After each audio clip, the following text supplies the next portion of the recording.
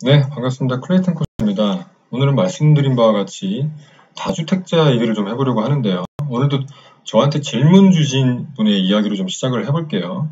이번 부동산 카페에서 이번 소득세 신고 시에 다주택자들끼리 서로 이야기를 나누는 거 보고 좀 소외감을 느꼈어요. 저는 1주택자라서 소득세가 비과세였는데 카페 회원 중에 누군가 1주택만 가지고 있으면 아무 의미 없고 2주택 이상 투자해야 신분 상승이 가능하다라는 글을 보고 좀 충격을 받았습니다. 저는 45세에 서울시 땡땡구에 1주택 뿐이거든요. 조만간 은퇴도 해야 되는데 지금이라도 추가로 한두 채를 더 매수해야 될까요? 조급합니다.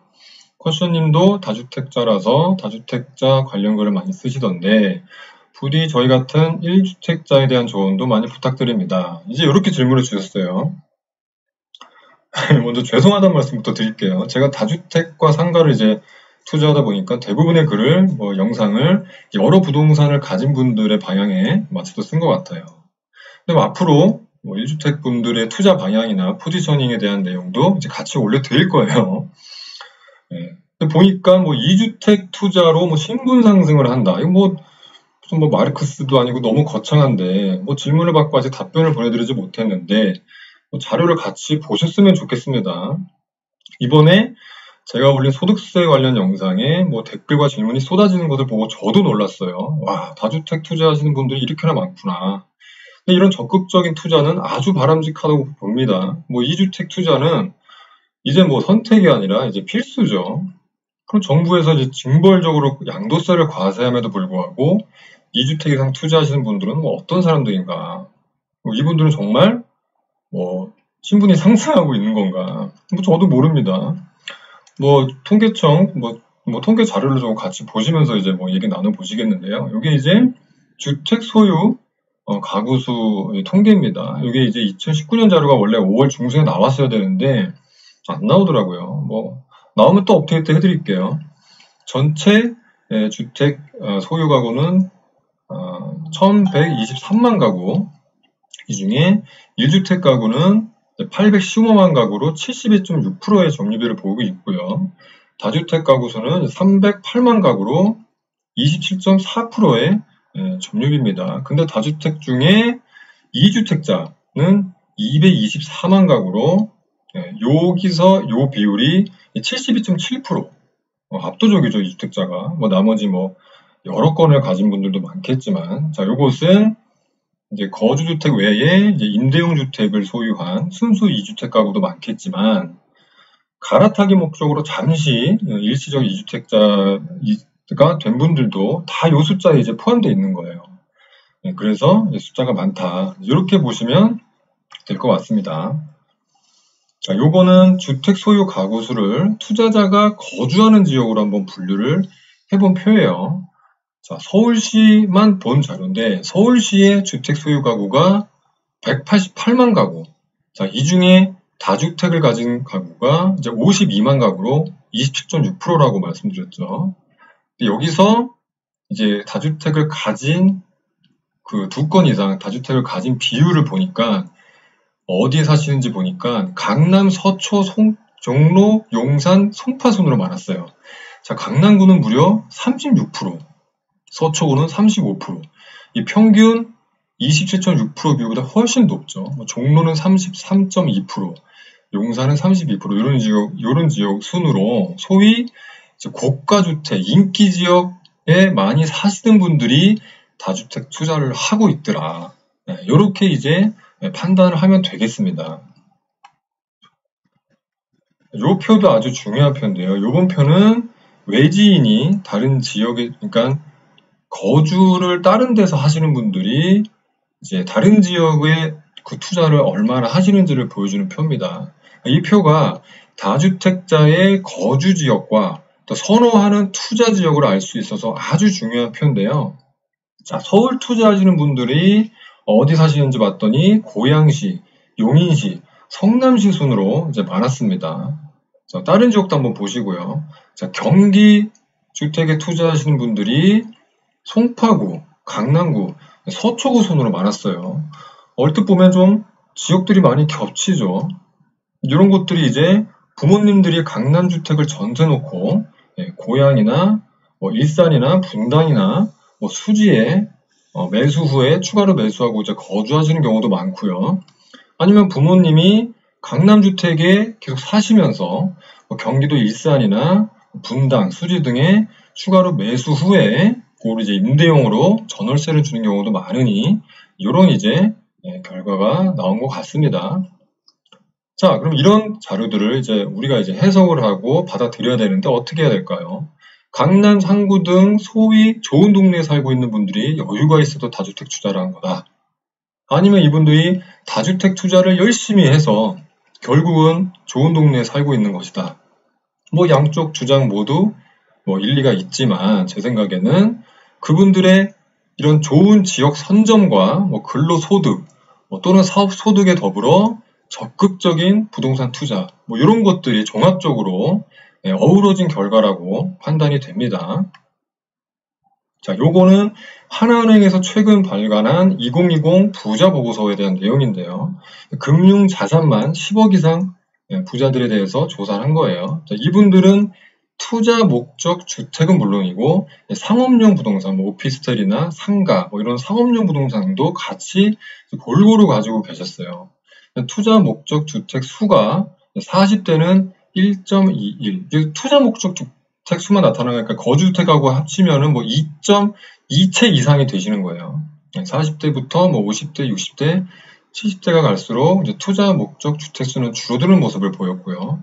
반면에 상업용 부동산 수는 나이가 들수록 늘어나는 추세를 보였습니다. 소득이 줄어드니까 은퇴 후에 소득이 줄어드니까 이제 보유세나 이런 것들 이제 대응하려면 자식들에게 이제 증여하고 현금이 나오는 상업용 부동산만 좀 늘리는 그런 경향을 보이지 않았나 싶고요. 또 자산 규모별로 보유 부동산 수를 보니까 이제 10억에서 30억부터 이제 100억 이상까지 자산이 늘수록 투자 목적 주택 수도 늘고 상업용 부동산 수도 늘고 돈이 많으시니까 이런 모습을 보였습니다. 자, 부자들의 이제 시드머니 확보 수단 이제 1순위 요거는 이제 1순위가 시드머니 그러니까 이제 처음에 이제 종잣돈이라고 볼 수 있죠. 사업 소득이 가장 영향을 많이 미쳤다. 그 다음에 두 번째는 이거 좀 실망스러운데요. 상속과 증여가 시드머니에 이제 확보하는 데 가장 큰 영향을 미쳤다. 이런 이제 결과가 나왔고요. 그것보다도 두 번째 표, 자산 축적 수단이 뭐냐. 이게 더 중요한 건데요.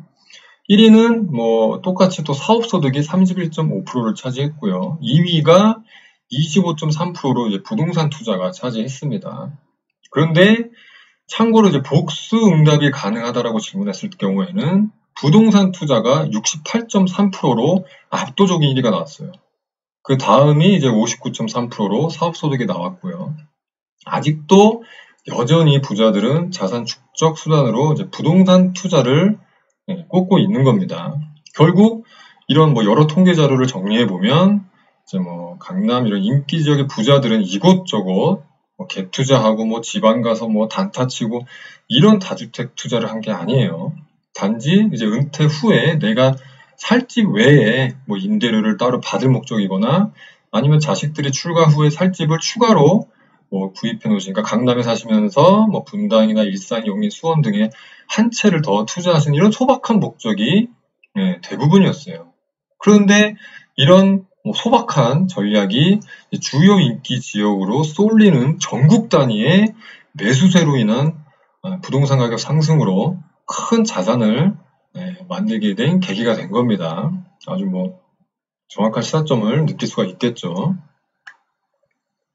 또 이러한 부모님들의 부동산 포트폴리오를 보고 자란 자녀 세대들은 어떨까요? 부모님들을 똑같이 벤치마킹 하는 겁니다. 부모님이 요 지역은 제가 임의로 적은 거예요.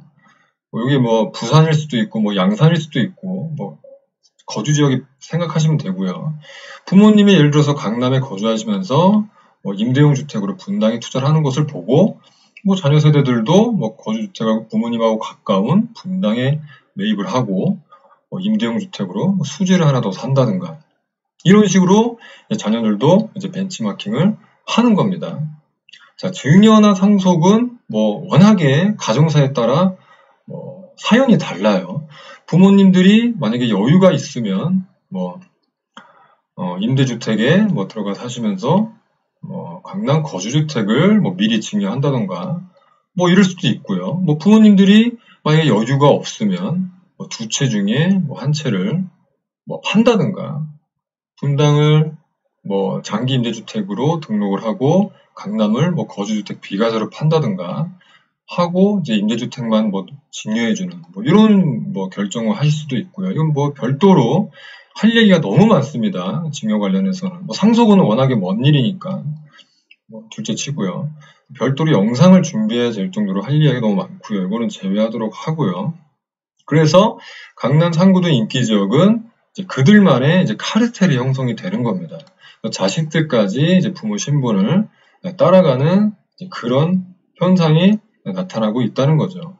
자, 이 증여 문제는 실제 올해 6월 말까지 조정지역 내 10년 이상 보유주택의 양도세 중과 배제 정책으로 정부는 소위 좀 인기주택의 다주택자 매물이 좀 시장에 많이 나오길 바랬어요. 하지만 보시다시피 1, 2, 3월에도 증여 건수가 강남 상구의 증여 건수가 상당히 많았습니다. 1000건 이상이었죠. 4월 보시면 갑작스럽게 늘어납니다. 이게 이제 양도세 중과 배제 및 재산세 과세 기준일 이런 거 이제 6월 달로 다 예정이 돼 있죠. 6월 전에 증여를 마치려고 자식들에게 증여를 하고 있는 것으로 보입니다. 엄청나게 지금 숫자가 많이 늘어나고 있죠. 이런 것들이 이제 가족들끼리 강남 상구 주택을 돌려막는 겁니다. 이러니까 이제 소위 이제 다른 분들은 이제 살 수도 없고 이제 매물도 없는 거죠. 가격만 올라가고 이런 현상이 계속 벌어지고 있는 겁니다. 자, 그러면은 우리는 이제 어떻게 투자를 해야 하나? 이분들은 이제 벤치마킹해서 투자를 해야 되는데 어떻게 해야 하나에 대해서는 다음 영상에, 영상이 너무 길어지니까 다음 영상으로 말씀드리도록 하겠습니다. 구독과 좋아요 꼭 부탁드리고요. 바로 다음 영상에서 말씀드리도록 할게요. 감사합니다.